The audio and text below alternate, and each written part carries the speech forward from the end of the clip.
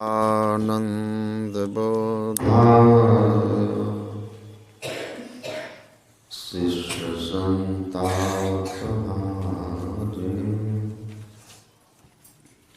सच्चिदानंद रूपाय रामाय गुरुवे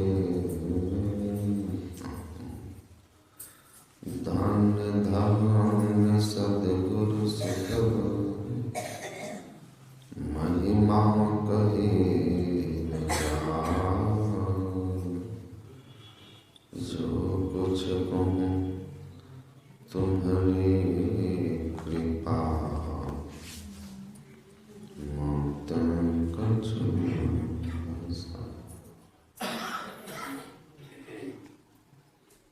मंचा से साधु समाज परम आदरणीय साधक वृंद, सत्संग प्रेमी महानुभावों, धर्मानुरागिणी माताओं एवं धर्मशीला बहनों,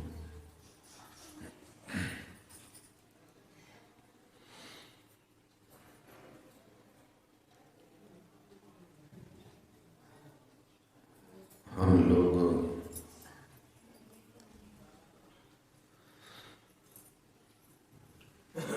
यहाँ सप्ताह ध्यान साधना शिविर में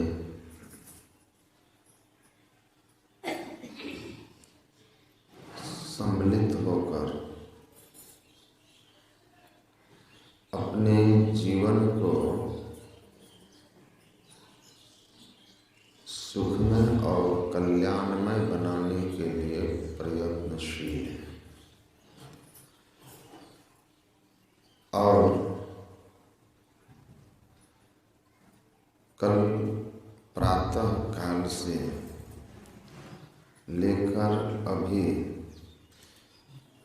प्रवचन का चौथा सत्र और प्रवचन का केंद्र बिंदु यही है कि हम सुखी कैसे हो जाएं।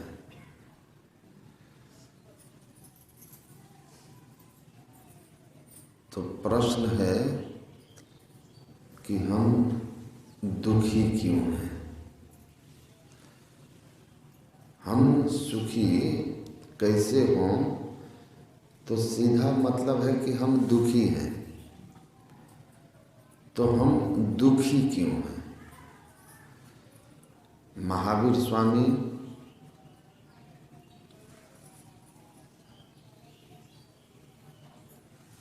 जैन धर्म के 24वें तीर्थंकर, जिनको भगवान महावीर कहते हैं,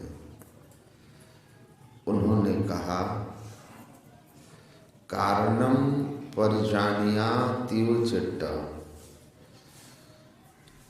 पहले तुम अपने दुख के कारण को जानो, तब उसका निवारण होगा। तो हम दुखी क्यों हैं। वह स्वयं बताते भी हैं,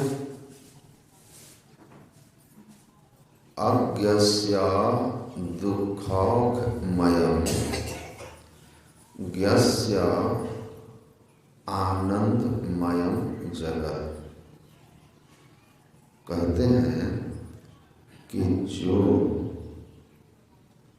अज्ञस्य मतलब अज्ञानी, जो अज्ञानी है, जो अज्ञानता में है, वह दुख में है। और अघ मतलब पाप, उससे दुख, वह दुखी है, उससे पाप होता है। ज्ञानस्य ज्ञस्य आनंदमय, और ज्ञानी के लिए जगत आनंदमय है तो दुख का कारण अज्ञानता है। दुख का कारण अज्ञानता है। अज्ञानता किसको कहते हैं? तो कहते हैं स्वस्वरूप विस्मृति,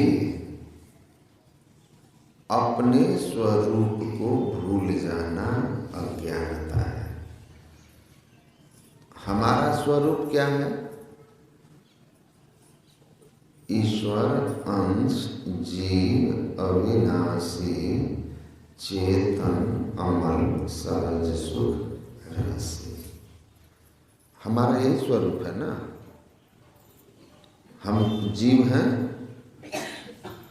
हमारा स्वरूप क्या है? चेतन मतलब होता है ज्ञानमय। अमल मतलब होता है सारे विकारों से मुक्त। प्रकृति के गुणों के संग होने से हमारे अंदर काम, क्रोध, लोभ, मोह, मद, मात्सर्य, ईर्ष्या, द्वेष रूपी विकार प्रकट होते हैं। हम वास्तव में अमल हैं, चेतन, ज्ञान में अमल, विकार रहित, सहज, सुख राशि। असहज स्वभावतः हम सुख की खान हैं। ये हमारा स्वरूप है, लेकिन हम इस स्वरूप को भूल गए। अज्ञानता यही है कि स्वरूप को भूल जाना, और ज्ञान क्या है? स्वरूप को जान लेना।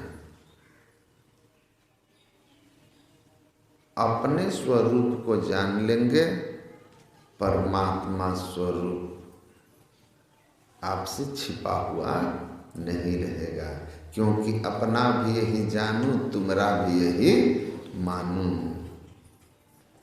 जो मेरा स्वरूप है वही आपका है, क्योंकि हम आपके ही अंश हैं। गुरु महाराज कहते हैं, पानी के एक बूंद को पहचान लोगे तो सारा समुद्र के जल का विज्ञान समझ में आ जाएगा।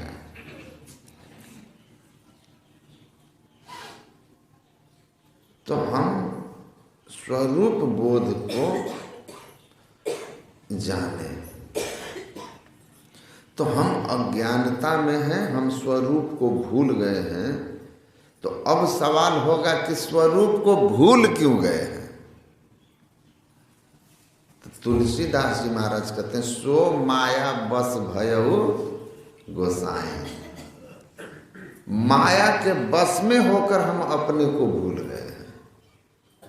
और गुरु महाराज लिखित स्तुति विनती का हम लोग नियमित पाठ करते हैं, जिसका गद्य भाग में कहते हैं, माया बद्ध जीव आवागमन के चक्र में पड़ा रहता है। इस प्रकार रहना जीव के सब दुखों का कारण है। कारण समझ में आया ना?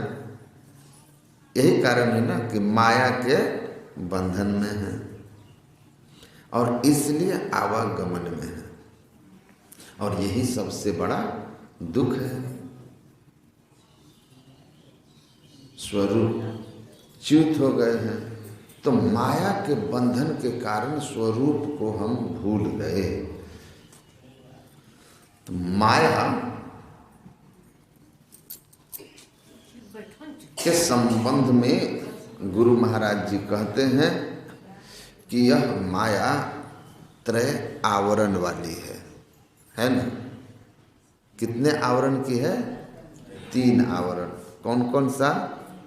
अंधकार, प्रकाश और शब्द। घट तम प्रकाश व शब्द पत्र जीव पर हैं छार। ये 3 आवरण माया के जीव पर पड़ गया। भगवान कृष्ण कहते हैं, नाहम प्रकाशः सर्वस्य योग माया समावृत मूढ़ोऽयं नाभिजानाति लोको मामज मौगयम्। कहते हे अर्जुन, योग माया से आवृत होने के कारण सब जीव लोग हमको जान नहीं पाते हैं। योग माया में जो आवरणित है वो हमको नहीं देख पाते हैं। मेरा स्वरूप अविनाशी है और प्रकृति के कण कण में समाया हुआ है, लेकिन योग माया के कारण मैं सबको प्रत्यक्ष नहीं हूं। इसलिए अज्ञानी लोग मेरे अनंत स्वरूप को नहीं जान पाते हैं, अविनाशी स्वरूप को नहीं पहचान पाते हैं। तो योग माया से आवरणित होने के कारण आप हमको नहीं जानते। भगवान कहते हैं योग माया से ऊपर उठिए। गुरु महाराज कहते हैं माया के बंधन से छूटिए। तो योग माया, माया का बंधन, या कबीर साहब कहते हैं घूंघट का पट खोल रे तो को पीऊ मिलेंगे। घूंघट का पट। और पलटू साहब कहते हैं बुर्का डारे डारे, खुदा बा खुद दिख रहा है। खुदा स्वतः प्रत्यक्ष हो जाएंगे कब? जब बुर्का डारे टारी, वो जो मुस्लिम महिलाएं होती है ना, चेहरे को जिससे ढकती है ऊपर काला कपड़ा से, उसको बुर्का कहते हैं। आंख बंद करके आप जो देखते हैं वो काला है कि नहीं है? काला है ना? तो महापुरुष लोग कहते हैं आप के जीवन में दुख है अज्ञानता के कारण। ज्ञान में कोई दुख नहीं होता है, ज्ञान में कोई दुख नहीं होता। एक गुरु थे द्रोणाचार्य, वो आचार्य थे, शस्त्र विद्या की शिक्षा देते थे। जैसे आजकल के स्कूल में शिक्षक होते हैं, पहले गुरुकुल के आचार्य होते थे। लौकिक शिक्षा, भौतिक शिक्षा और थोड़ी आध्यात्मिक शिक्षा भी देते थे, जिससे छात्रों का संस्कार ऊंचा होता था। तो द्रोणाचार्य जी महाराज को जब यह ज्ञात हुआ कि उनके पुत्र की मृत्यु हो गई, जबकि ये सच नहीं था, युधिष्ठिर जी महाराज भगवान कृष्ण की प्रेरणा से झूठ बोले थे, क्योंकि भीम ने अश्वत्थामा नाम के हाथी को मारा था, जो द्रोणाचार्य के पुत्र का भी नाम था, और मार कर चिल्लाया कि अश्वत्थामा को मैंने मार दिया। तो द्रोणाचार्य युद्ध स्थल बहुत बड़ा था, 84 कोस का कुरुक्षेत्र। द्रोणाचार्य तक सूचना मिली तो वो युधिष्ठिर से पूछने गए, क्योंकि उनको पता था युधिष्ठिर झूठ नहीं बोलेगा। बाकी कृष्ण की कोई रणनीति हो सकती है। तो सच जानने के लिए गए और कहा कि क्या मेरा पुत्र अश्वत्थामा मारा गया? तो आप लोग जानते हैं कि उन्होंने कह दिया अश्वत्थामा हतो इति, अश्वत्थामा मारा गया, नरोवा कुंजर। तो नरो तो जोर से बोला, कुंजर धीरे, क्योंकि भीतर छल था ना, और ऊपर से कृष्ण भगवान ने शंख बजाया, सुन नहीं पाया। उसको मालूम था कि युधिष्ठिर झूठ नहीं बोलेगा, धर्मराज थे। लेकिन गुरु महाराज कहे राजनीति के पचड़े में पड़ने के बाद धर्मराज युधिष्ठिर से भी एक झूठ निकल गया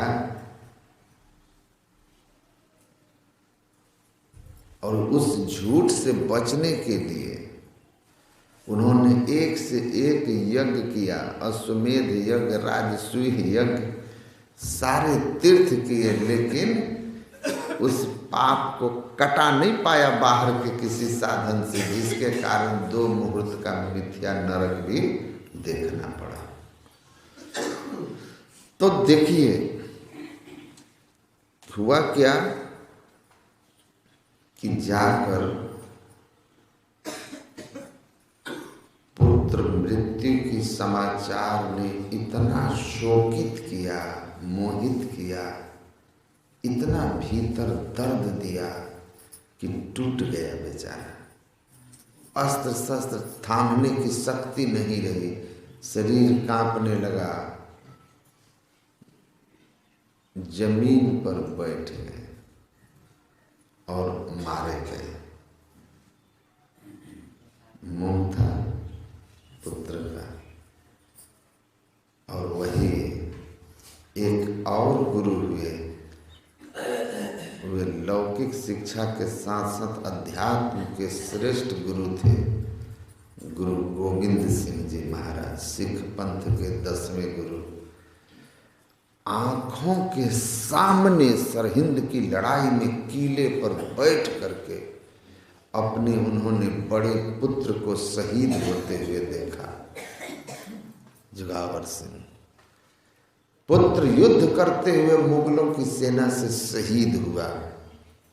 पिता किले के ऊपर बैठ करके देख रहे थे, जब बेटा शहीद हुआ लड़ते हुए धर्म के लिए, तो गुरु गोविंद सिंह ने वहां से दहाड़ के कहा, शाबाश बेटा, शाबाश बेटा, तुमने अपने मानव जीवन को सार्थक कर लिया, सार्थक कर लिया। मृत्यु तो सबके जीवन में आती है, पर वह मृत्यु किस कारण से हुई यह महत्वपूर्ण है।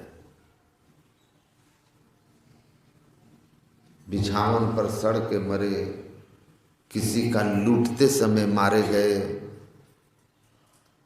कि अपराधी थे पुलिस काउंटर में मारे गए, चोरी करते हुए मारे गए, देश की रक्षा करते हुए प्राण दिया, धर्म की रक्षा के लिए जान दिया, तो अलग अलग अर्थ है ना। कुछ ऐसे भी लोग मरे जिनकी लाश लेने तक के लिए उनके रिश्तेदार नहीं गए, फांसी हो गई, रिश्तेदारों ने कहा इस देशद्रोही का हम अंतिम संस्कार नहीं करेंगे, है ना।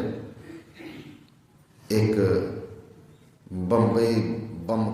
बम्बई हत्याकांड का अपराधी जिसको जेल में फांसी हुई, बम्बई के मुसलमान मौलवी ने घोषणा कर दिया, इस देशद्रोही को हम अपने कब्रिस्तान में दफन नहीं करने देंगे। उसको जेल में ही किसी एक कोना में दफनाना पड़ा। मरा तो वो भी था, लेकिन एक ऐसे भी लोग फांसी पर चढ़े, खुदीराम बोस, भगत सिंह, है ना, उनकी महिमा। कहा शाबाश बेटा, तुमने अपना जीवन धन्य कर लिया। दूसरे बेटे को तिलक लगा के कहा अब सेनापति तुम हो, तुम जाओ युद्ध करने। देखिए दूसरा बेटा भी लड़ा और दूसरा बेटा भी लड़ते हुए शहादत को प्राप्त हुआ। और तब गुरु गोविंद सिंह खुद अपने अस्त्र शस्त्र से सुसज्जित होकर किले से बाहर निकले और ऐसा युद्ध किया कि 12,000 मात्र सेना के साथ लड़ते हुए मुगलों की 1,00,000 सेना को मूली गाजर की तरह काट के कदड़ दिया। आप सोचिए कि एक गुरु वो भी थे, निर्मोही थे, ज्ञान था ना, संत थे। गुरु नानक देव की परंपरा के 10 के 10 गुरु आत्मज्ञानी, ब्रह्म ज्ञानी।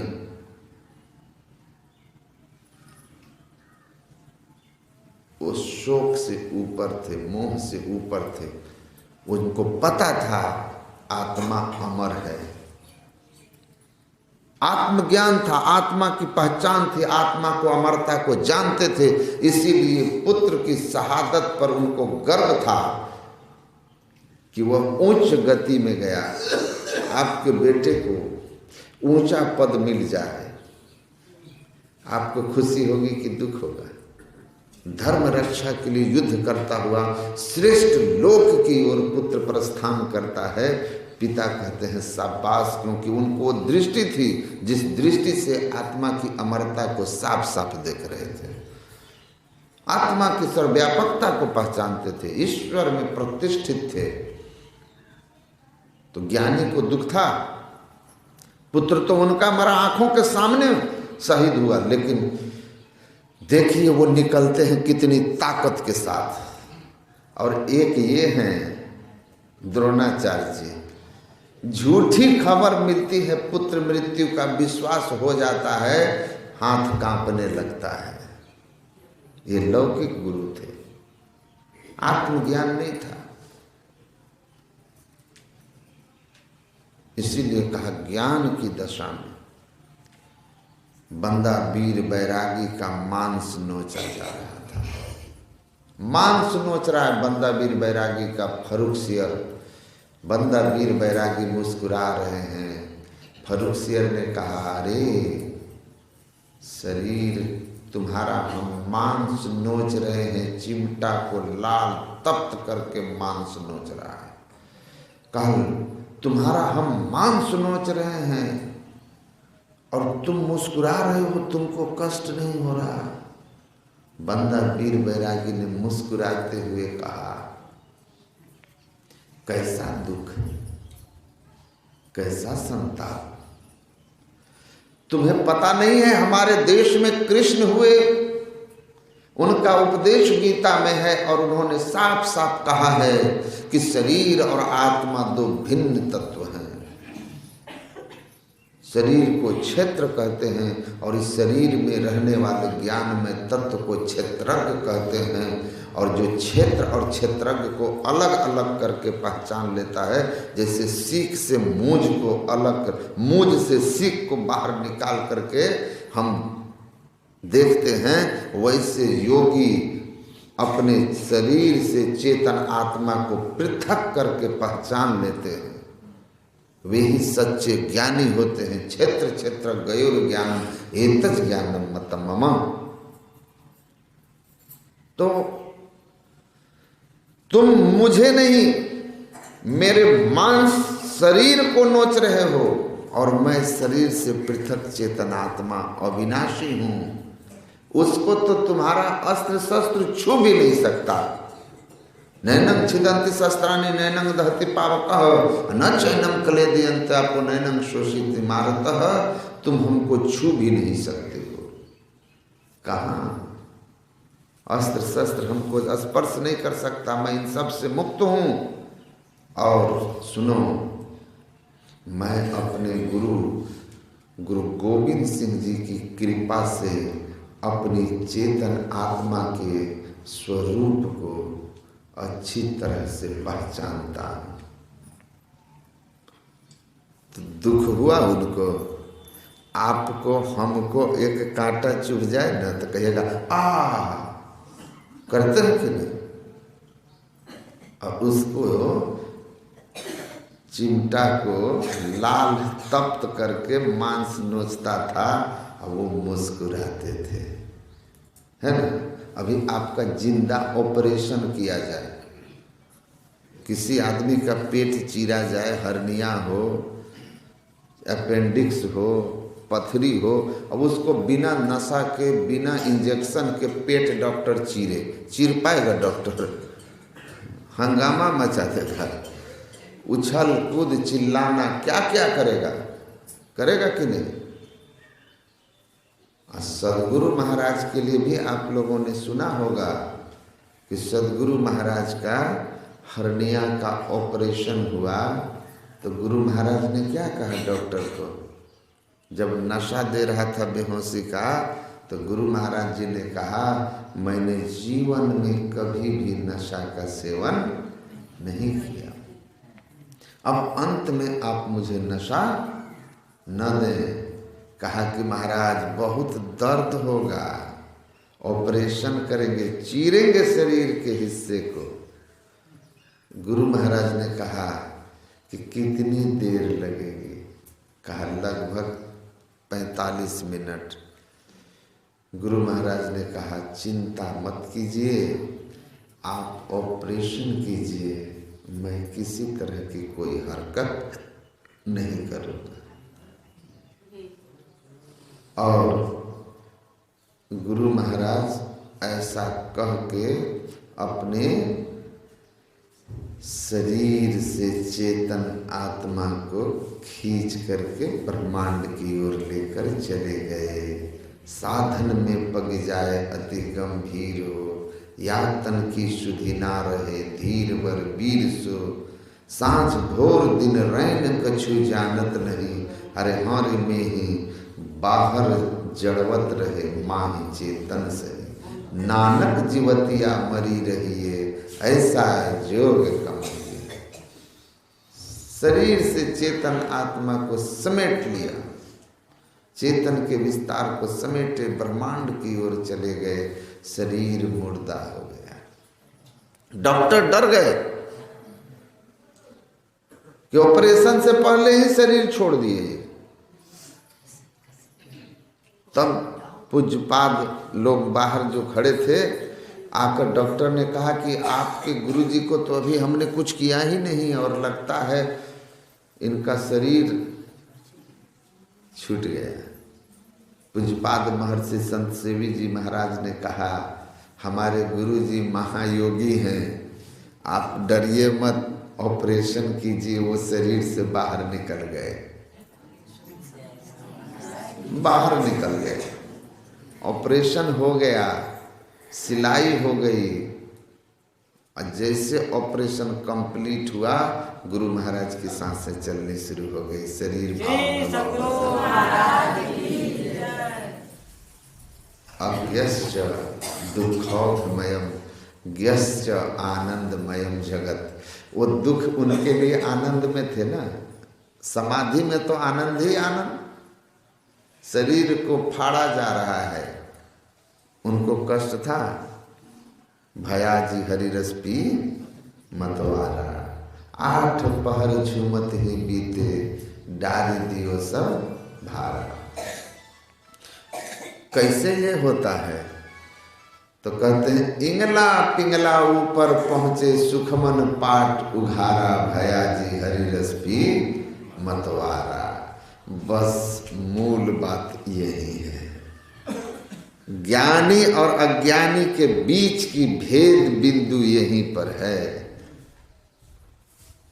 यहीं पर है असली बात। ईड़ा तिष्ठति वामेन पिंगला दक्षिणेन तु, तयोर मध्य वरम स्थानम यस्तम वेद स वेदवित्। वेद के ऋषि कहते हैं कि बाईं ओर जो आपकी दृष्टि धार है उसको ईड़ा कहते हैं, दाहिनी ओर जो आपकी दृष्टि धार है अर्थात दाईं आंख की जो दृष्टि शक्ति है उसको पिंगला कहते हैं। ईड़ा और दोनों के मध्य में जो श्रेष्ठ स्थान है, पवित्र स्थान है, उसको सुषुम्ना कहते हैं। जो दोनों के मध्य के श्रेष्ठ स्थान सुषुम्ना को जानता है वही वास्तव में ज्ञानी है, वही वास्तव में वेदज्ञ है। बाकी वेद को पढ़ने वाला है, वेद को जानने वाला नहीं है। बाकी है शिकारी आएगा, जाल बिछाएगा, दाना डालेगा, लोभ से फंसना मत। कबूतर को पढ़ा दिया ऋषि ने कि तुम लोग जाल में फंस के मौत के मुंह में चले जाते हो, तो सुनो, शिकारी आएगा, जाल बिछाएगा, दाना डालेगा, लोभ से फंसना मत। सब कबूतर सीख लिया। शिकारी आया, जाल बिछाया, दाना डाला, और ऊपर देख रहा है कबूतरों का झुंड कर रहा है, शिकारी आएगा, जाल बिछाएगा, दाना डालेगा, लोभ से फंसना मत। शिकारी को लगा ये कौन गुरुजी आ गए भाई, सबको विद्वान कर दिया, बुद्धिमान कर दिया, ज्ञानी बना दिया। हम ये क्या फंसेंगे, इनको तो पहले से सावधान कर दिया गया है, शिकारी आएगा, जाल बिछाएगा, दाना डालेगा, हम तो डाल ही दिए। चलो डाल दिए, देखते हैं कि ये लोग समझे हैं कि खाली रटे हैं। बोल करके जा करके पेड़ के में छिप गया, झाड़ी में छिप गया, देखता है कि सब कबूतर गा रहा है और आ के फंस रहा है। कहा कि अरे ये सब तो रटंतम विद्या है ना, रटंतम है, समझा ही नहीं है। उसी तरह वेद का पाठ कर सकता है, वेद की ऋचाओं को गा सकता है, लेकिन उसके मर्म को, उसके भाव को जानने वाला केवल और केवल वही है जो पूरे और सच्चे संत सदगुरु के शरण में जाकर ईड़ा पिंगला और सुषुम्ना के खेल को जानता है, खेल को जानता है, वही सही अर्थ में है, ज्ञानी है। तो जो उसमें प्रवेश किया उसने अपने जीवन के पाप का नाश किया, उसने अपने जीवन से दुख का अंत किया। क्योंकि अंधकार का पट जो है ना, वह इतना वज्र कटाट है जिसमें घोर अज्ञानता रहती है। अब घोर अंधारी में जीव दुखित छल, घोर अंधकार में दुख में रहेंगे। अंधकार माया का पहला पर्दा है, देख माया का रूप तिमिर आगे फिरे, भक्ति गई बड़ी दूर जीव कैसे तरे। अंधकार में कोई ज्ञान नहीं होता है, प्रकाश में ज्ञान होता है। हम माया के 3 पर्दों में पहला पर्दा अंधकार, ये अविद्या का पर्दा है, घोर अंधकार है, गहरी अज्ञानता रहती है, बिल्कुल शुद्ध बुद्ध सब खोया हुआ रहता है, अचेत सा पड़ा रहता है जीव। महापुरुष लोग कहते हैं चेतिए भई घोर बंदे, भोर हुआ, मनुष्य शरीर मिला, चेतिए, जागिए।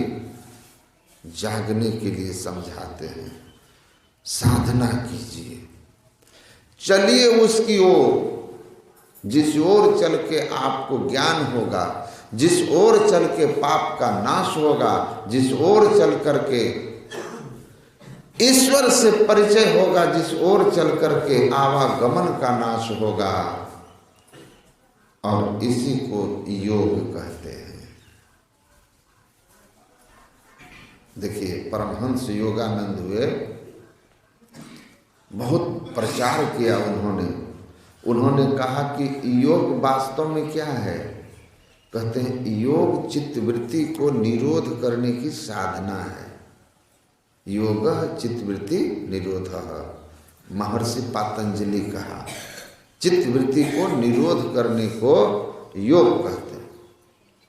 परमहंस योगानंद कहते हैं ये चित्तवृत्ति का निरोध क्यों किया जाता है, चित्तवृत्ति के निरोध रूपी योग को क्यों किया जाता है। तो कहते हैं इसलिए कि journey from body to soul, world to God and bondage to salvation, यह योग इसलिए किया जाता है कि हम शरीर से आत्मा, संसार से परमात्मा और बंधन से मुक्ति की यात्रा पूरी कर सकें और अपने जीवन को सार्थक कर सकें, दुखों का अंत कर सकें।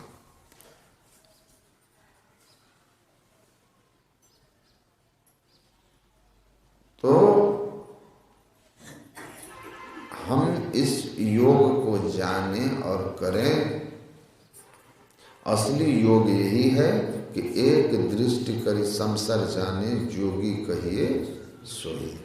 देखिए हम एक बार इलाहाबाद के महाकुंभ में गए थे और it was my first experience in Kumbh. मेरे कुंभ का पहला अनुभव था वो। विचित्र विचित्र महात्मा, अच्छे अच्छे भी सच्चे सच्चे भी और ढोंगी और पाखंडी भी, मतलब असली और नकली दोनों नोट। कोई कांटा पर लेटा हुआ है, देख करके ही डर लगता था कि अरे कैसे लेटा है। कोई मिट्टी के नीचे दबा हुआ है,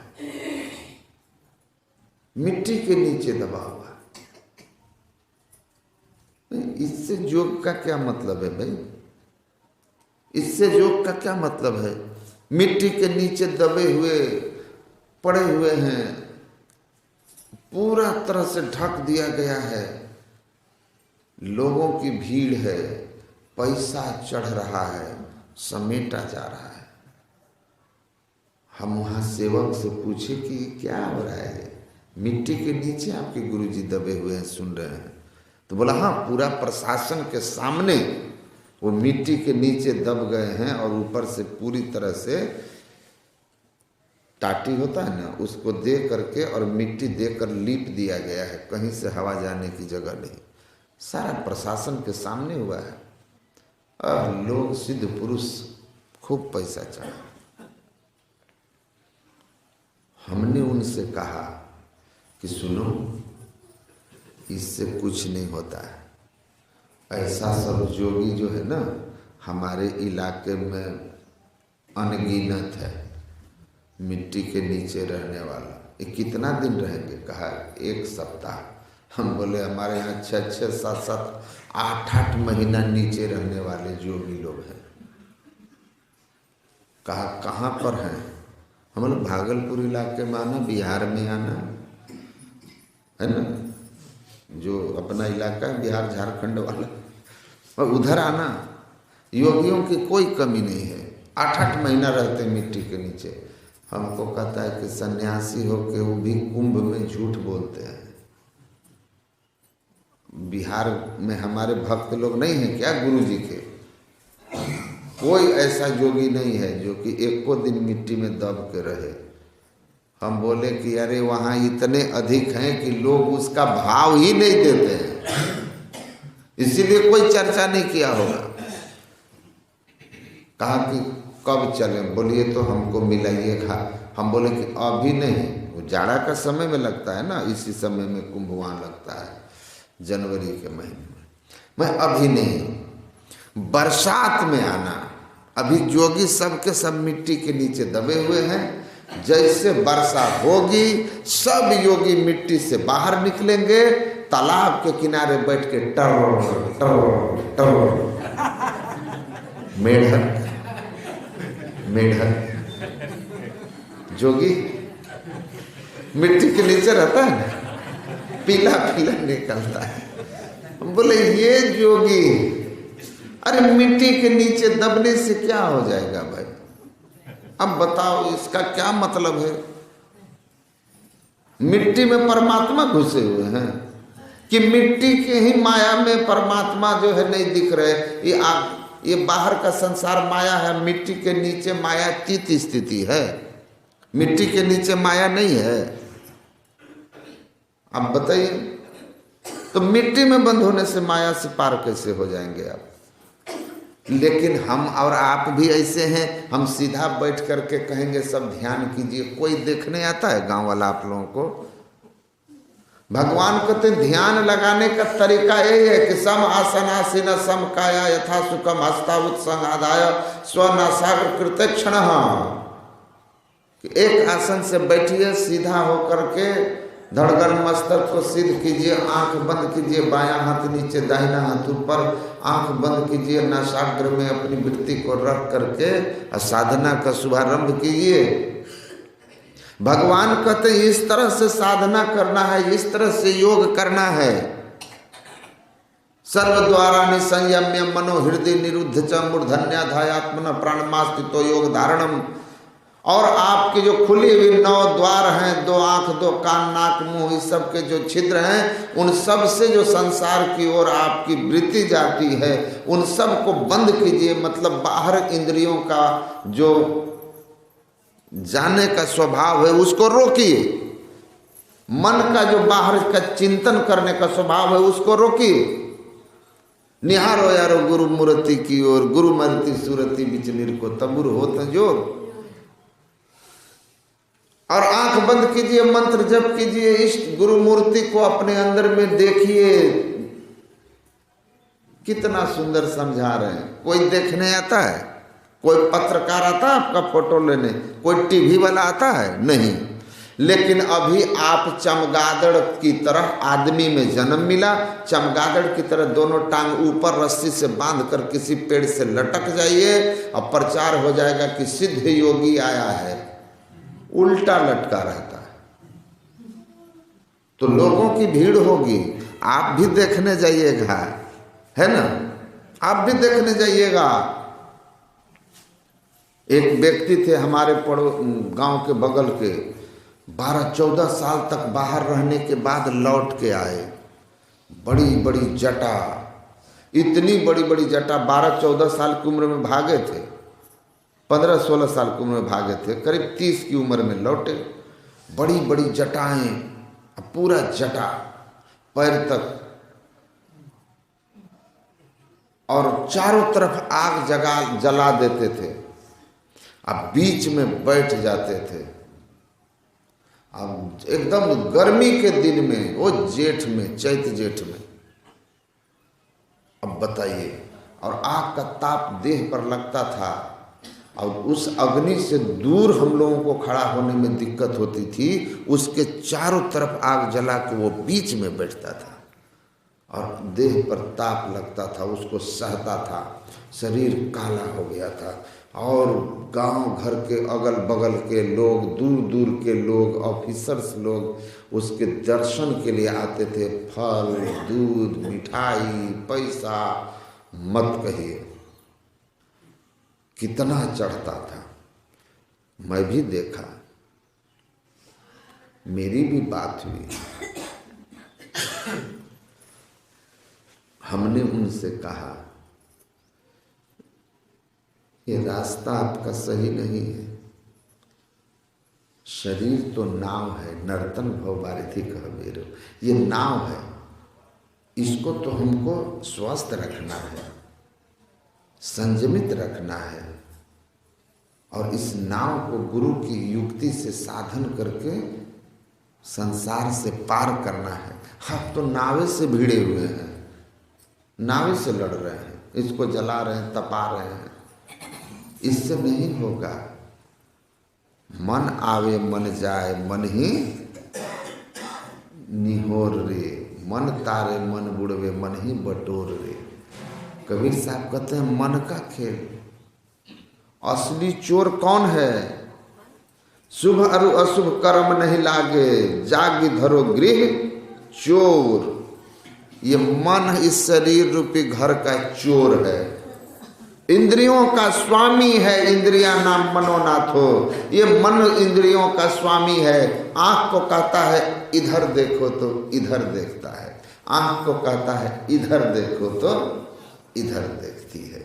जिधर मन का आदेश आंख के लिए हो रहा, आंख बेचारी तो उधर देख रही है ना। पैर को आदेश होगा चलो सत्संग में मन का, तो पैर चल के सत्संग में आएगा, नहीं तो कहेगा चलो चौक पर चाय पीने, तो चौक पर पैर जाएगा। कहाँ मजाल इंद्रियों को जो मन के आदेश के बाहर चला जाए। असली स्वामी, असली चोर तो मन है। मनवा अजब तुम्हारो खेल, इत उत देव जीव ही देत ढके। ये तो अजब तुम्हारा खेल है। मन माली तन बाग लगाया, चलत मुसाफिर को बिलमाया। बिस के लड्डुआ देत खिलाई, लूट लीन मार्ग पर हाट। विषय रूपी लड्डू में इंद्रियों को प्रेरित कर करके मन स्वाद लेता है। अब भोगता कौन है? हम आप जीव नीच योनि और नरक में जाके। आप सोचिए, इसको पकड़ो, इस चोर को पकड़ लो। इसीलिए गुरु लक्ष्मीनाथ जी महाराज ने कहा, बड़े महान संत थे, बड़े सिद्ध पुरुष थे, उनकी वाणी में है, किन्ह कोटि तीर्थ व्रत पूजा मौनी होके ध्यान धरे, और लक्ष्मीपति सब लग तब लग सब झूठा, जब लग मन नहीं हाथ धरे। मन हाथ नहीं धराया, सब झूठा। यावत ना मनो निर्मल तावत सर्वम निरर्थकम, देवी भागवत में लिखा है। मन निर्मल नहीं हुआ, सब निरर्थक है। निर्मल मन जन सो मोहि पावा, मोहि कपट छल छिद्र न भावा। कबीरा मन निर्मल भया जैसे गंगा नीर, पीछे पीछे हरि फिरे कहत कबीर कबीर। देखिए, तो मन से तुमको लड़ना है, मन को बस में करना है। सारा खेल मन का है। मनः एव मनुष्याणाम कारणम बंध मोक्षयोः। वेदांत कहता है मनुष्य का मन ही बंधन और मुक्ति का कारण है। अगर संसार में मन रमता है तो बंधन मिलेगा, राम की ओर चला तो मोक्ष हो जाएगा, मुक्ति होगी। तो मन को बस में करने के जगह आप तन से लड़ रहे हैं। जिस तन को हमको ध्यान में लगाना था, तन क्या किया? ये तो मन का गुलाम है बेचारा। देखिए, सारा दुनिया उसके पीछे। हम बोले तो हमको कहे, हमको बोले वो कि तुम लोगों को कोई ज्ञान नहीं है, तुम लोगों को कोई ज्ञान नहीं है। और तुम जिस तरह से हमको कह रहे हो कि हम गलत राह पर चल रहे हैं, तो हम तुमको शराप देके भस्म कर देते। मतलब डायरेक्ट भस्म कर रहे थे हमको। हम बोले कि अगर आपको इच्छा है तो करिए लीजिए, अपनी इच्छा की पूर्ति कर लीजिए। तो वो रिश्ता में हमारा मामा लगता था, जोड़ के माँ का, मेरे माँ का मामा का घर उसी के परिवार में था, तो इस नाते वो मामा लगता था। पर उम्र में ज्यादा फर्क नहीं था। तो हमको कहता है कि भगिना ब्राह्मण होता है इसीलिए तुमको छोड़ रहे हैं। हम बोले चलिए, इतना समझ है तो धन्यवाद। लेकिन जाते जाते हमने कहा कि रास्ता गलत है, रास्ता गलत है। तन को नहीं मन को साधो, है ना। साधो मन का मान त्यागो। मन का मान त्यागना है, तन से लड़ना नहीं है। रास्ता आपका गलत है, मैं जा रहा हूं। और जानते हैं 3 साल नहीं बीता हमारी उनकी मुलाकात का, जटा जूट सब कटा उटा के शादी करके घर बसा लिए, घर बसा लिए। अपने भस्म हो गए। और उसके बाद आज तक हमारा उनका सामना नहीं हुआ। हमको जब भी देखते भाग जाते थे, भाग जाते थे। अभी कलकत्ता में जाके नौकरी कर रहे हैं। सोच लीजिए। तो योग जो है सबसे हो सकता है। राज मही राजा, जोग मह जोगी, तप में तपिसुर, गृहस्थ मह भोगी, ध्याय ध्याय भक्त सुख पावा, नानक तिस पुरुष का किन अंत न पावा। गुरु नानक कहते सब कर सकते हैं। और गुरु महाराज ने तो कहा विप्र भंगी अपड़ पढ़ुआ, करो तरियो निशंक हो, करते गए जो तरते गए जो अस किए सब राव राजा रंग हो। गरीब अमीर ब्राह्मण क्षत्रिय सब दलित सब करके तर जाएंगे, केवल वो नहीं कर सकेगा जो मनुष्य देह में होकर भी पाप कर्मों में रत है। पापी को छोड़ के सब कर सकते हैं। इसमें किसी का भेदभाव नाम की कोई चीज नहीं है। स्त्री हो पुरुष हो, चाहे ऊंचा नीचा, उसका सामाजिक स्थिति हो, धनी हो गरीब हो, राजा हो योगी हो विरक्त हो, कोई मतलब नहीं। केवल सदाचार और खान पान की पवित्रता और गुरु की सदयुक्ति हो। गुरु की सदयुक्ति असली दीक्षा। ईड़ा पिंगला ऊपर पहुँचे सुखमन पाटुघारा। तो ईड़ा पिंगला ऊपर पहुँचे सुखमन पाटुघारा के लिए महापुरुष लोग कहते हैं, सुनिए वह सुषुम्ना कहाँ है? सिरः कपाले रुद्राक्षम विवरम चिंतयेद यदा तदा ज्योति प्रकाशस्य विद्युत पुंज समप्रभा एतत् चिंतन मात्रेण पापानां संक्षयो भवेत् दुराचारिको पुरुषो लभते परमं पदम। योग हृदय केंद्र बिंदु में युग दृष्टियों को जोड़कर मनमानसों को छोड़ी सब आशा निराशा, मनमानसों को मोड़ी सब आशा निराशा छोड़कर असुरत चला। किधर चला? परमात्मा की ओर। सूरत परमात्मा की ओर चला। इसके लिए मनमानसों को मोड़, आशा निराशा छोड़कर मन के मानस को मोड़ो। मन मानस मतलब मन में जो संसार का चिंतन है। जत्र तत्र भागते हुए मन को पकड़िए, आशा और निराशा को छोड़िए। मतलब संसार आशा तजी रहे, संसार में कोई हमारा साथी है, संसार में हमको सुख मिलेगा, संसार हमको साथ दे सकता है, संसार साथ जाएगा, या संसार पा करके हमारे जीवन से दुख का अंत होगा। इस तरह की तमाम आशाओं को छोड़ दीजिए, क्योंकि ना भय जग काहू को कितनों को अपनों की हो। यह संसार किसी का नहीं हुआ, चाहे करोड़ों उपाय कोई करके अपना किया है। इसीलिए कहा संसार की आशा छोड़ दो, लेकिन आध्यात्मिक उन्नति और अंतः प्रकाश पाने की आशा को मत छोड़ना। उसमें निराश मत होना। अगर साधना करते हुए साल 2 साल 6 साल 10 साल हो गया तो निराश मत होना। कभी अपने को निराश मत होने देना। वैराग्य युक्त अभ्यास हो। निराश क्या करे? वैराग्य संसार से बना रहेगा तो निराशा तुम पर हावी नहीं हो सकेगी। रंग कबीर साहब कहते हैं, रंग महल में दिया ना बारिले, आशा से मत डोल रे। जब तक अंत प्रकाश नहीं हुआ है, आशा नहीं छोड़ना। अंदर में प्रकाश है, अंतर ज्योत भई गुरु साखी चीन है राम करम्मा। गुरु नानक देव कहते हैं तुम्हारे अंदर में अंत प्रकाश है। गुरु की युक्ति से करोगे तो गुरु की कृपा होगी और अंत प्रकाश होगा।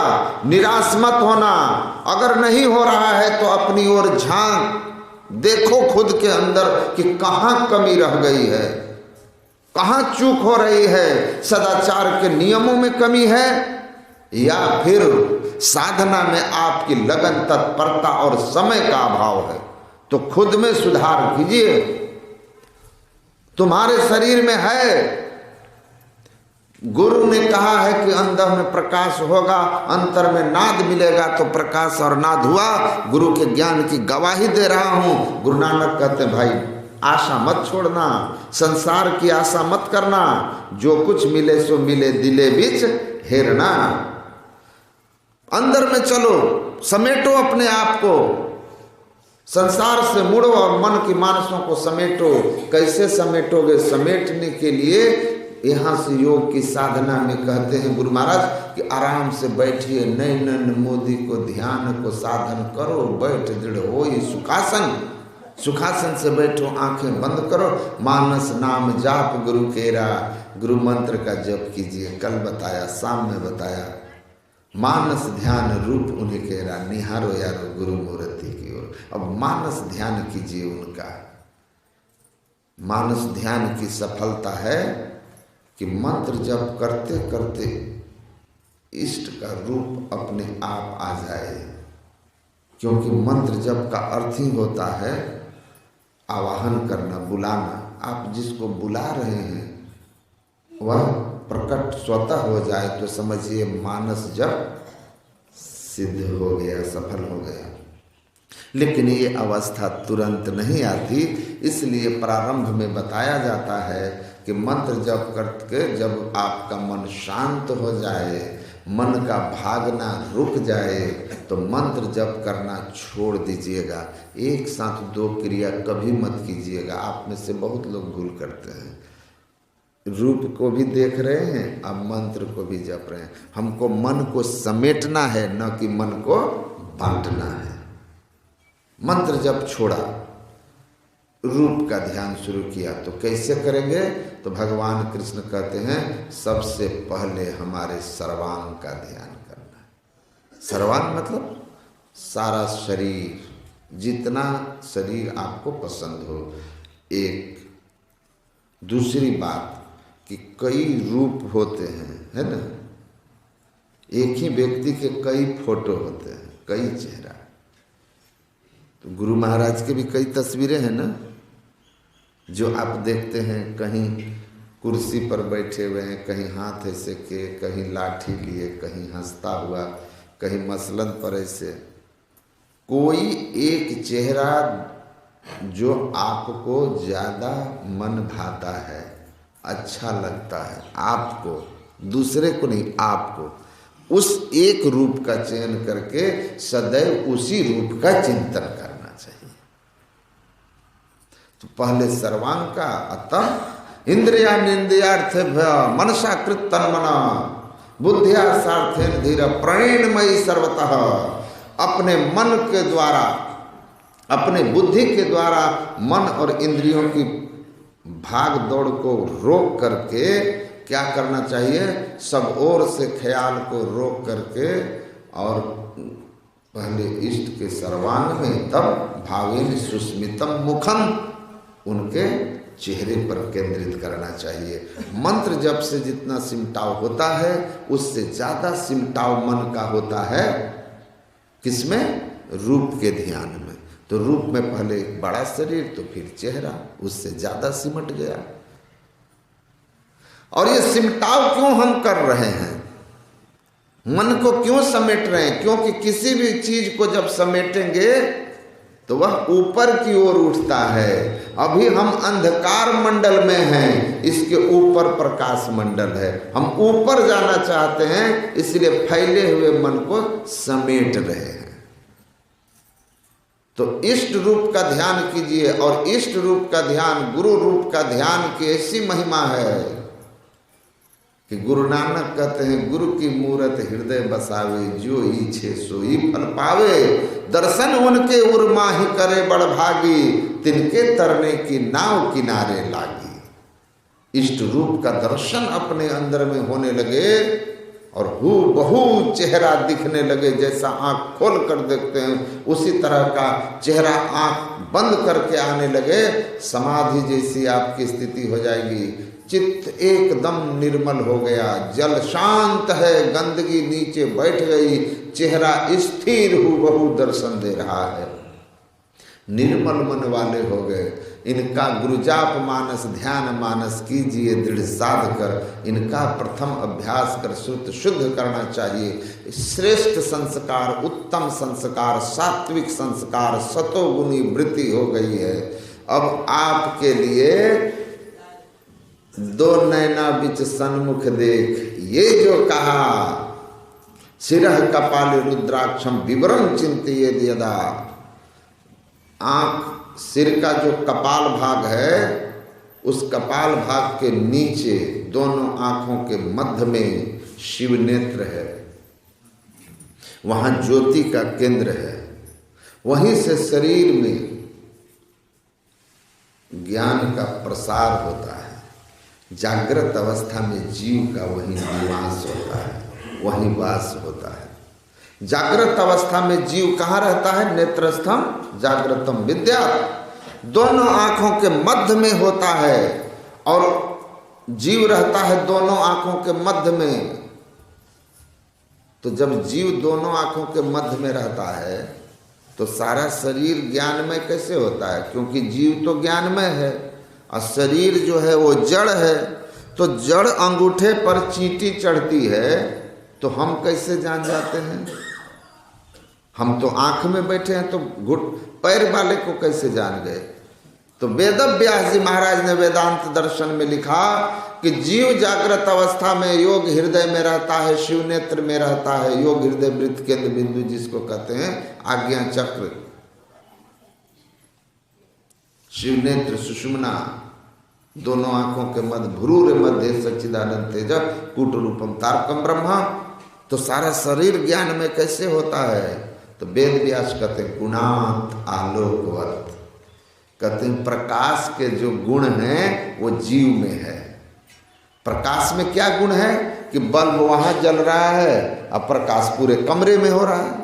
उसी तरह जीव यहाँ रहता है, लेकिन उसकी ज्ञानमयी मानस की धारें, चेतन की धारें संपूर्ण शरीर में फैल जाती है। संपूर्ण शरीर में चेतन की धारों को फैल जाने के कारण सारा शरीर प्रकाशित ज्ञान में हो जाता है। और तब एक चींटी के भी शरीर पर कहीं चलने की स्थिति का, घटना का जीव को ज्ञान हो जाता है।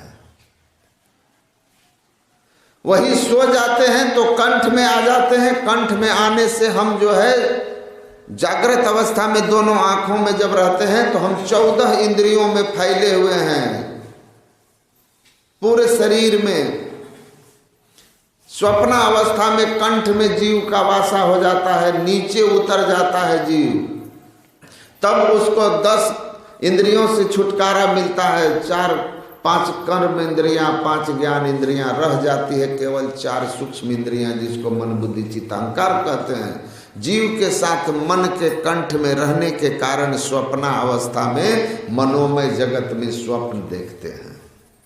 और जब गहरी नींद में जाते हैं, चित्ते करना सुसुप्ति ही, गहरी नींद में हम हृदय में उतरते हैं। और इस बाईं तरफ के हृदय में जीव जब उतरता है तो उसको और 3 इंद्रियों का संग छूट जाता है, केवल चित्त इंद्रिय रह जाती है। चित्त का काम है कंपन होना, वो कांपती रहती है जिससे श्वास की गति चलती है। हम जीवित रहते हैं और बड़ा सुख में रहते हैं, क्योंकि सब इंद्रियों से छूटा हुआ हम सुखी अनुभव करते हैं।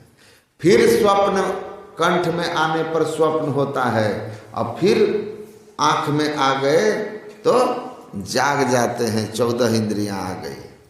इस तरह से हमारा आना और जाना होता है।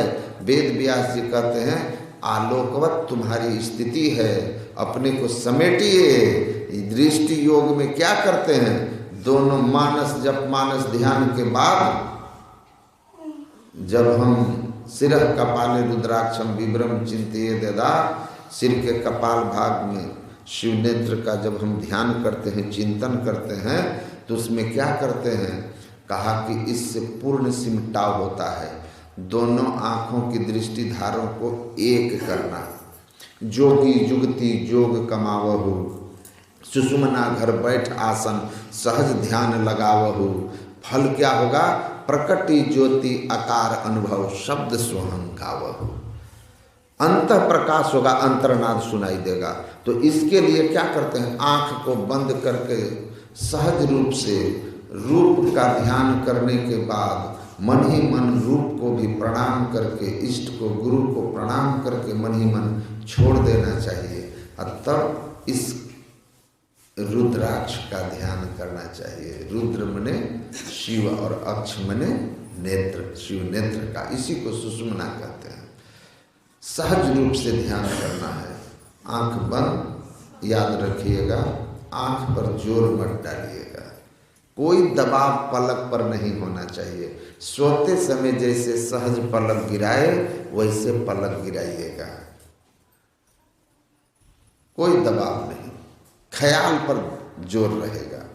और दोनों आँखों के मध्य में सामने गुरु महाराज क्या कहते हैं? 2 नैना बीच सन्मुख देख, मन मानसों को मोड़े। ख्याल कहीं भागे पकड़ के लाओ। योग हृदय केंद्र बिंदु में युग दृष्टियों को जोड़कर, और दोनों दृष्टि की धारों को जोड़ना है। जोड़ने की तरीका यही है कि 2 नैना बीच सन्मुख देख, और किसी तरह का कोई ख्याल आए उसको हटाते रहो। ख्याल आपका मन की भाग जैसे जैसे रुकती जाएगी, दृष्टि अपने आप सिमटती चली जाएगी। दृष्टि सिमटते सिमटते एकदम से सिमटाव की स्थिति में पहुंच जाएगी। दोनों दृष्टि की धारें आपस में जाकर जहां पर एक होगी, केंद्रीभूत हो जाएगी, चमकता हुआ बिंदु प्रकट हो जाएगा, प्रकाश हो जाएगा, प्रकाश हो जाएगा। दोनों दृष्टि की धारों को आपस में मिलते हैं, तदा ज्योति प्रकाशस्यात्, प्रकाश हो जाएगा।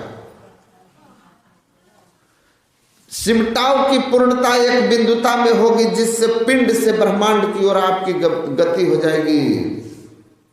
तजो पिंड चढ़ जाओ ब्रह्मांड ही वीर हो। कैसे चढ़ जाओगे वीर ब्रह्मांड में? पेलो दृष्टि जो तीर हो, जैसे निशाना लगाने वाला एक आंख से एकाग्र होकर के अपने लक्ष्य को देखता है, उसी तरह दोनों आंखों को एक कर लीजिए। ईसा मसीह की वाणी थी, जब तुम्हारी दोनों आंखें एक होगी तो तुम्हारा संपूर्ण शरीर उजियाला होगा। इसका मतलब एक आंख फोड़ देने से प्रकाश नहीं होगा। एक होगा का मतलब है एक दृष्टि कर संसर जाने, योग हृदय वृत्त केंद्र में योग दृष्टियों को जोड़कर, दृष्टि की युगल धारों को जोड़ करके एक कर लीजिए। वाम दक्षिण निरुंधन्ति प्रविशन्ति सुषुम्नायाम। बाएं और दाएं दृष्टि की धारों को एक जगह निरुद्ध कीजिए। इसी को दृष्टि योग कहते हैं। इसमें देखने की कला से देखा जाता है। काजर दिए से का भया टाकन का ढबना ही, ताकन का ढबना ही, ताकन की गति है न्यारी, देखने की गति बड़ी न्यारी है। कैसे देखोगे? एक टक लेवे ताक सोई है पीव की प्यारी। कबीर साहब कहते हैं ऐसे देखना। कैसे देखना? तो कहे लेत उठाई परत भूई गिरी गिरी, जो बालक बिन कोरा रे। कहे कबीर चरण चितराखो, जो सुई बिच डोरा रे। देखिए, सुई में धागा डालते हैं, नजर को समेट करके उस छेद पर लाते हैं और धागे को तेज करते हैं, नोक बनाते हैं, है ना? धागा को एक नोक बनाते हैं ना, इस तरह से करके बिखरा हुआ जो धागा का होता है रेशा, उसको एक बनाते हैं। गुरु महाराज कहते निज तन में खोज सज्जन, बाहर न खोजना, अपने ही घट में हरि है, अपने में खोजना। द्युनैन नजर जोड़ के एक नोक बना के, अंतर में देख सुन सुन अंतर में खोजना। तो आप धागा को स्थिर रखते हैं, हाथ को स्थिर, सुई पकड़े हुए हाथ को स्थिर, नजर को समेट करके छेद पर, धागा को तेज किया और एकदम हाथ को बिना हिलाए ले जाकर उस छेद में प्रवेश कराते हैं, दृष्टि को समेट लिया। इसी तरह सुखमनिया में मोरी नजर लागी, अगल बगल कहीं दृष्टि न डोले, सन्मुख बिंदु पकड़ लागी। यही तो असली दीक्षा यही है कि किस तरह दृष्टि की दोनों धारों को आप मध्य में मिला दीजिएगा। देखने की युक्ति से सीख करके देखिएगा तो देख देख लखत लखत लखी पड़े कटे जमफंद है। दृष्टि की दोनों धारें मिल जाएगी। ख्याल को हटाते रहिएगा और सामने दृष्टि को टिकाते रहिएगा। इस पूप गगन के बीच यारों जहाँ सुरती का डोर लगावता है, सगुरा होय सो भर भर पिए, निगुरा जल नहीं पावता है। बिनु हाथ के ताल मृदंग बजे, बिनु जंत्री जंत्र बजावता है। पलटू बिन कान के हम सुना, बीना कोई शख्स बजावता है। दोनों दृष्टि की धारों को एक कीजिएगा, दृष्टि की युगल धारें मिलते ही अंतः प्रकाश होगा। तदा ज्योति प्रकाश विद्युत पुंज सम प्रभाव, अंतर ज्योति होगी। पहले एक बिंदुता, फिर प्रकाश मंडल में जाएंगे, अनेक तरह के ज्योति पुंजों का दर्शन होगा। वहां से दिव्य नादों को सुनने लगिएगा और दिव्य नाद को जैसे सुनिएगा, परिणाम क्या होगा? जब से अनहद घोर सुनी, इंद्री थकित गलित मन हुआ, जाग इधर गृह चोर। मन पकड़ में आ गया, मन गल गया, काम आपका बन जाएगा। तो ये सहज सरल साधना है। इसके लिए सब कोई कर सकते हैं। केवल सदाचार का जीवन, झूठ चोरी नशा हिंसा व्यभिचार जैसे पाप से बच के खान पान की पवित्रता जरूरी है। खान भी जरूरी है और झारखंड रस से बच के रहना भी जरूरी है ना? पान करिएगा मति भ्रमित, याद रखिए। तो पान से तो पहले बचिए और फिर खान से भी बचिए। बस खाना पीना को पवित्र कीजिए। मनुष्य हैं तो मनुष्य का भोजन करिए। बुद्धि पर बहुत बड़ा असर पड़ता है भोजन और पानी का। जैसा पीवे पानी वैसा बोले वाणी। पिएंगे रस तो आवाज कैसा निकलेगा। एक आदमी से रोक करके गलती की, हमने पता पूछ लिया, वो गाड़ी के सामने खड़ा हुआ, उसके दुर्गंध युक्त मुंह, जैसे मुंह महका तो हमने नाक पर ऐसे कर लिया कपड़ा। वो हमारे गाड़ी के सामने खड़ा होकर साइकिल खड़ा कर दिया। कहता है आपने कपड़ा पर मुंह क्यों रखा, मुंह पर कपड़ा क्यों रखा, हट ही नहीं रहा गाड़ी से। हम बोले सबसे पता भी कहते हैं बड़े लोग, नहीं पूछना चाहिए। लोग पूछ के फंस गए। वो पी के फूल था, पी के फूल, पी के फूल तो भाषा भी पता चल जाता है ना। अब बोल रहा है, हम बोले देखिए इसका क्या है, क्या है। पी के कहीं रोड के किनारे लुढ़क गया। अब सुबह जो हम लोग 5 बजे आ रहे थे, उस समय एक आदमी ऐसे डगमग कर रहा था, तो हमको कहता है इतना सुबह सुबह कहाँ पी लिया। और पी के कहीं गिरा होगा तो कोई बेचारा टांग टूंग के कहीं रख दिया होगा। अब भोर हुआ तो घर की याद आई तो जा रहा है बीवी का जूता खाने के लिए। तो ये चीज है, खान पान को पवित्र रखिए। ये साधना जो है आत्मज्ञान के लिए, सबके लिए जरूरी है। इसमें कुछ खर्च नहीं है, सब कर सकते हैं। मानव जीवन की सार्थकता इसी में है। खूब आराम से कीजिए, जप करिए, मानस रूप का ध्यान करिए। याद रखिए जप करते समय केवल जप करेंगे। जप के बाद मानस ध्यान में पहले सर्वांग का, फिर मुखार बिंद का। मुखार बिंद को भी छोड़ करके तब दोनों आंखों के मध्य में देखना है, जो दीक्षा में बताया गया है। जिस तरह से कोई तरह का ख्याल आए उसको हटाइए, बार बार दृष्टि को टिकाइए। बार बार अभ्यास करते करते जब आपकी सूरत प्रौढ़ हो जाएगी, गुरु महाराज कहते हैं दृष्टि योग अभ्यास अति करते करत कंपनी सहजी छूटे प्रौढ़ होवे सिरत तिल दरवाजा टूटे नजर के जोर से। अरे हारे में ही लगी टकटकी खूब जोर बर जोर से। टकटकी जोर बर जोर से का मतलब कि आंख मीच के नहीं, ख्याल को टिका के रखना है। सामने टिकाते रहिए, कोई ख्याल हटाते रहिए। देखिएगा होते होते जैसे जैसे ख्याल सिमटते जाएगा, भीतर से शांति उपजती जाएगी, आनंद बढ़ता जाएगा। कुछ दिखने लगेगा, दिखेगा हटेगा, दिखेगा हटेगा। अभ्यास बढ़ाइएगा तो एक दिन एकदम टिक जाएगा। टुक टिको सामने प्रेम नेम करी अधर डगर धर लो। गुरु महाराज कहते हैं क्षण मात्र भी ठीक से दृष्टि टिका लिया बिंदु पर स्थिर कर लिया तो वो बिंदु आपको बिंदु नाद अगुवाई तुम ही ले जाएंगे। अरे हरे में ज्योति मंडल सरनाद की सैर कराएंगे। वो आपको खींच करके प्रकाश मंडल में पहुंचा देगा। भा प्रकाश मिटल अंधियारी सुख भय बहुते रहे। गुरु कृपा के कीमत नहीं मिटल 84 फेरे है। ऐसा करने वाले का पूर्व जन्म का पाप का भी नाश हो जाता है। यह करोति सदा ध्यानम आज्ञा पद्मस गोपितम पूर्व जन्म कृतम पापम विनश्येद विरोधतः। पूर्वकृत कर्मों का भी पाप का नाश भगवान शिव कहते हैं हो जाता है। और ऐसे पुरुष अंतः प्रकाश पा करके दिव्य दृष्टि युक्त होकर के दिव्य नाद श्रवण करते हुए विभिन्न लोकों का दर्शन और आंतरिक अनुभूतियों से युक्त होता हुआ हरि रस पान करता हुआ अंत में परमात्मा से एक मेघ होकर मोक्ष पा लेता है। बोलिए श्री सद्गुरु महाराज।